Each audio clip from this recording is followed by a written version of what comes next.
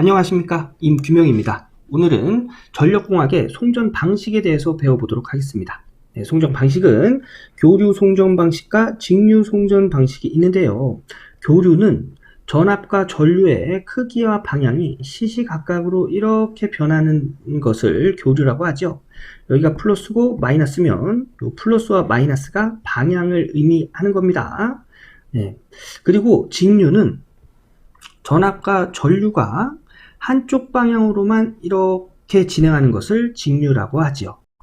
우선 교류 송전 방식의 장점을 보면 회전자계를 쉽게 얻을 수 있다. 제일 큰 장점이죠. 회전자계는 전동기를 운영하는 데 있어서 없어서는 안 되는 것입니다.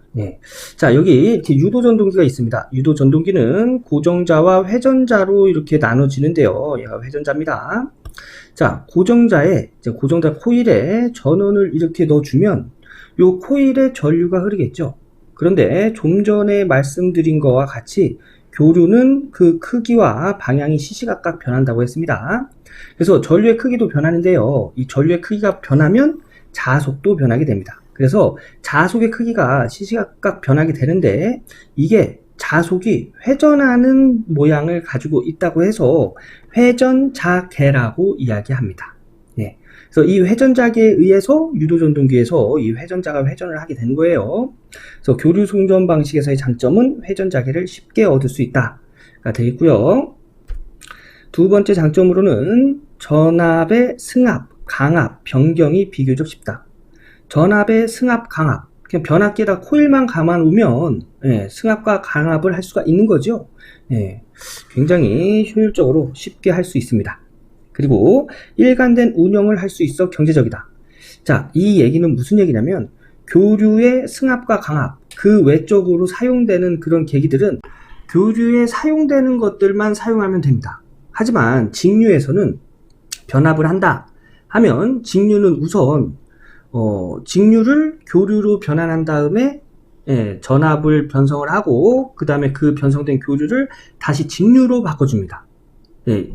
이렇게 되면 직류에서 사용되는 계기와 교류에서 사용되는 계기를 모두 이용을 해야 되겠죠. 그래서 직류에 비해서 교류 송전 방식에서는 교류에서만 사용되는 계기를 사용해서 운영할 수 있다. 이게 일관된 운용을 할 수 있어 경제적이다. 이렇게 이야기하는 거예요. 이번에는 직류 송전 방식의 장점을 보겠습니다. 절연 계급을 낮출 수 있다. 자, 이 얘기는 무슨 얘기냐면 교류는 시시각각으로 이렇게 변한다고 했죠. 그런데 우리가 사용하는 전압을 예를 들면 요 최대치의 루트 2를 나눈 값을 우리는 사용하게 됩니다. 즉 이런 뜻이에요. 우리가 이제 220V를 사용하잖아요. 이게 실효값이라고 하는 건데 이 실효값을 얻기 위해서는 우리가 원하는 220의 루트 2배한 전압까지 만들어야 된다는 얘기죠. 이렇게 되면 우리가 사용하는 전압의 절연 계급보다 더 높은 계급으로 절연을 해야 된다는 얘기예요. 그러면 돈도 많이 들어가겠죠. 하지만 직류는 그냥 그 전압을 사용하는 거기 때문에 절연 계급을 낮출 수가 있습니다. 경제적이란 얘기예요. 그리고 전력 손실이 매우 작아 송전 효율이 좋습니다. 직류에는 주파수가 존재하지 않기 때문에 전력 손실이 매우 작습니다. 그리고 안정도가 좋아 송전 용량이 증대된다. 이것도 역시 주파수와 관련되어 있는 내용인데요. 교류보다는 안정도가 좋아서 송전 용량을 증대할 수 있습니다. 자, 이런 내용이 기출문제에 어떻게 출제되었는지 확인해 보도록 할게요. 나합격 전기기사 교재 13년 1회 25번으로 출제된 문제입니다. 직류 송전 방식에 비하여 교류 송전 방식의 가장 큰 이점은 교류 송전 방식의 이점을 찾으란 얘기예요. 자, 하나씩 읽어보겠습니다. 선로의 리액턴스에 의한 전압 강화가 없으므로 장거리 송전에 유리하다. 교류가 장거리 송전에 유리하긴 하지만 가장 큰 이점은 아니에요. 변압이 쉬워 고압 송전에 유리하다. 그렇죠. 교류 송전 방식은 직류보다 전압의 승합, 강압, 변경이 비교적 쉽다고 했죠. 그래서 답은 2번이 되겠습니다. 자, 3번 같은 절연에서 송전 전력이 크다. 송전 전력이 큰 건 여기 직류 송전 방식이라고 했죠. 지중 송전의 경우 충전 전류와 유전체 손을 고려하지 않아도 된다. 송전 방식은 충전 전류와 유전체 손을 고려해야 됩니다. 왜냐? 주파수가 존재하기 때문이에요. 네, 그래서 답은 2번이 되겠습니다. 다음 문제 볼게요. 이번엔 17년 2회 36번으로 출제된 문제입니다.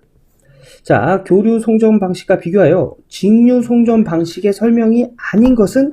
자, 한번 찾아보도록 할게요. 전압 변동률이 양호하고 무효 전력에 기인하는 전력 손실이 생기지 않는다.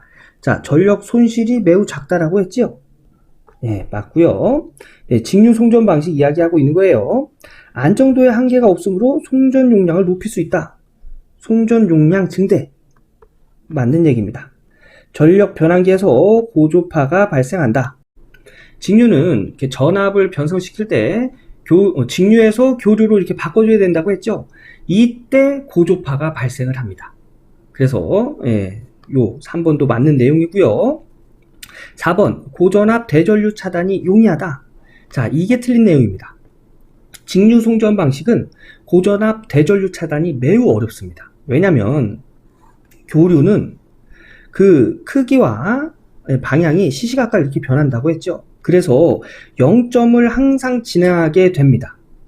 그래서 이 고전압 대전류, 어떤 큰 전압이든 어떤 큰 많이 흐르는 전류건 이 0점에서 이렇게 차단을 할 수가 있어요. 차단이 좀 쉽겠죠. 그런데 직류는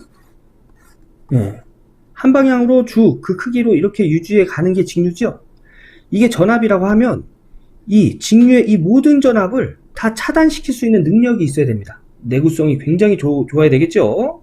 그래서 이렇게 큰 전압과 전류는 차단하기가 어렵습니다.